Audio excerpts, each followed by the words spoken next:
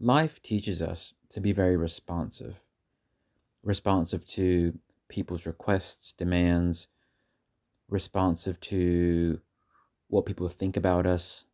Maybe somebody has an opinion, feedback on you, and you think you have to immediately change certain things about you or justify why you are or behaved in a certain way.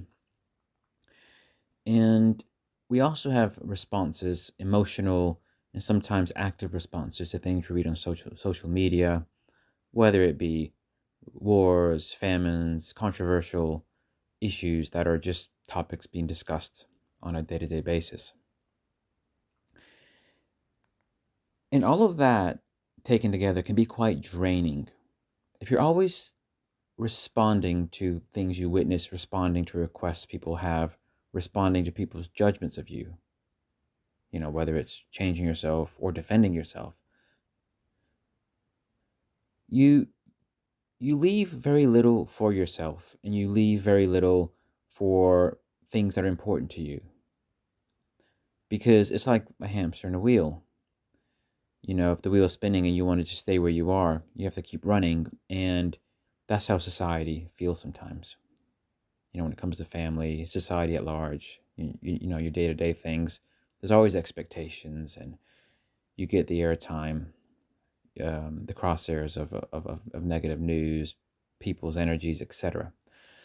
If you want to really kind of master yourself navigating that and master pursuing things that are important to you and doing that in a productive way, you do have to learn to be more neutral with a lot of things, in particular things that are outside your control, like negative news or negative things you see on social media. Or sometimes people can be quite cynical, or sometimes you're dealing with energy vampires and you don't want them to bring you down. Have that soft, neutral response, being calm and collected with your response to things, circumstances, and people. Stoicism, being stoic. If you can carry yourself in a wise and mature way, and be focused on the things that are important to you, be focused on the people that are important to you, have your ambitions, have your objectives in mind, feel that drive, that inspired drive, and just not having knee-jerk reactions to all the noise out there, because there's going to be a lot of noise all the time.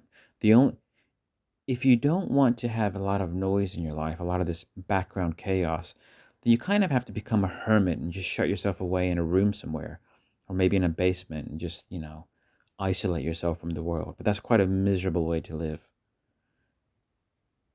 If you're going to physically detach yourself from all the noise and chaos, you literally have to do just that, detach yourself. But then you're not really living a life, are you? Maybe become a monk. Go live in this isolated temple up on the hills. But most of us don't live that life. And if you're living that life, you're not watching this video because you wouldn't have any internet connection. And you might not know how to speak English if it's in some foreign country and you never were educated in English.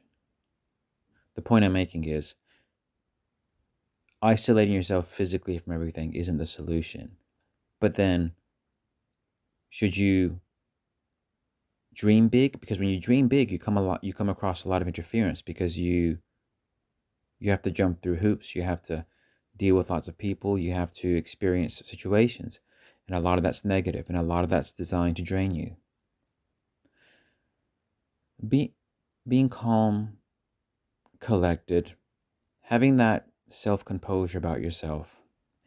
And when a challenge comes, sometimes, even though people like to give you that feeling of urgency, like you respond now to something or otherwise disaster could happen, that kind of scammer approach. They try to, scammers try to get you to respond off the back of your emotions of being panicking and stuff.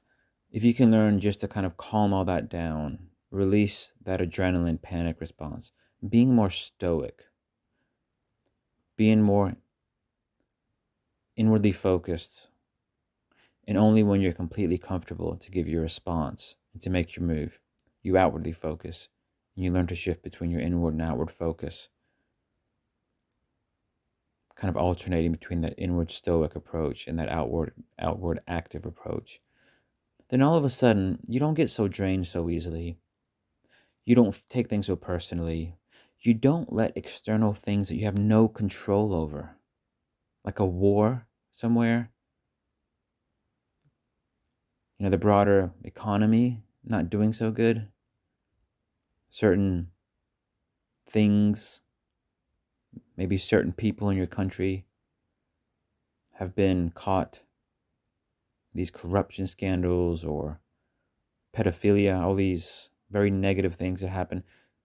You know, just don't get too caught up in all that negative media, because the media, the media out there who post social articles for you to click on, it's all bait. They just want you to click on their news articles so they can get more views from their publishing company.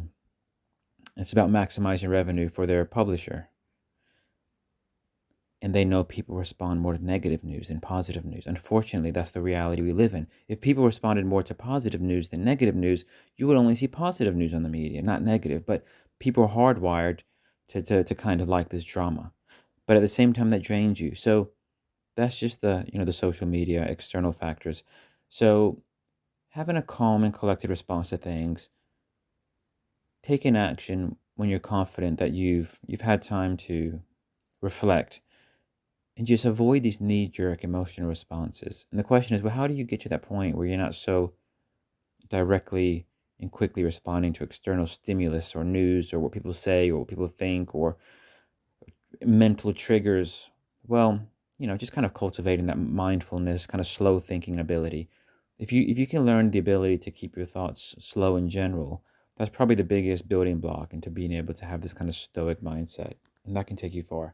So just know that so much stuff out there, all this negativity and stuff you see, so much stuff out there is designed to kind of bait you into negative stuff, just because people know that people so often are driven by negativity, even if it drains them and it puts them into this negative, chaotic mindset. But unfortunately, so many of us get caught up in that, and so many of us are guilty of paying more attention to negative things and positive things just because we're human beings.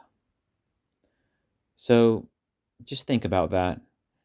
You don't owe it to yourself or anyone to live a life being drained for nothing. If you're going to drain yourself, if you're going to feel tired, make sure it's for a good cause and you're getting something back in reward. It's perfectly fine to drain yourself in some situations. If you're starting a new business, right? If you're starting a new business, for example, you're probably going to be putting a lot of time and energy into it. New business people, these entrepreneurs building stuff from scratch, they never get a break. They're always working. They don't have a weekend. They might feel very tired and stuff, but at the same time, they feel hopeful and inspired with what they're doing. That's a good cause. That is a really good cause. Or if you're just working and progressing your career in a company and you're giving it your all, trying to do your best, that's you're earning money, you're paying your house, putting your kids through school, whatever, things that are important in life. That's a good cause. But just mindlessly taking away your productive potential by just being drained by people or trying to justify you too much, just being drained by negative social media, and then you might have a few hours every day and you're spending that unproductively, maybe scrolling through Instagram and just feeling triggered by every other photo you see. That's not a good way to live. So if you can master that kind of mindset of being calm and collected in face of turmoil, chaos, or just energy vampires, then you can use your time in a way that's much more productive to you, in the way that you actually deserve. Thanks for watching.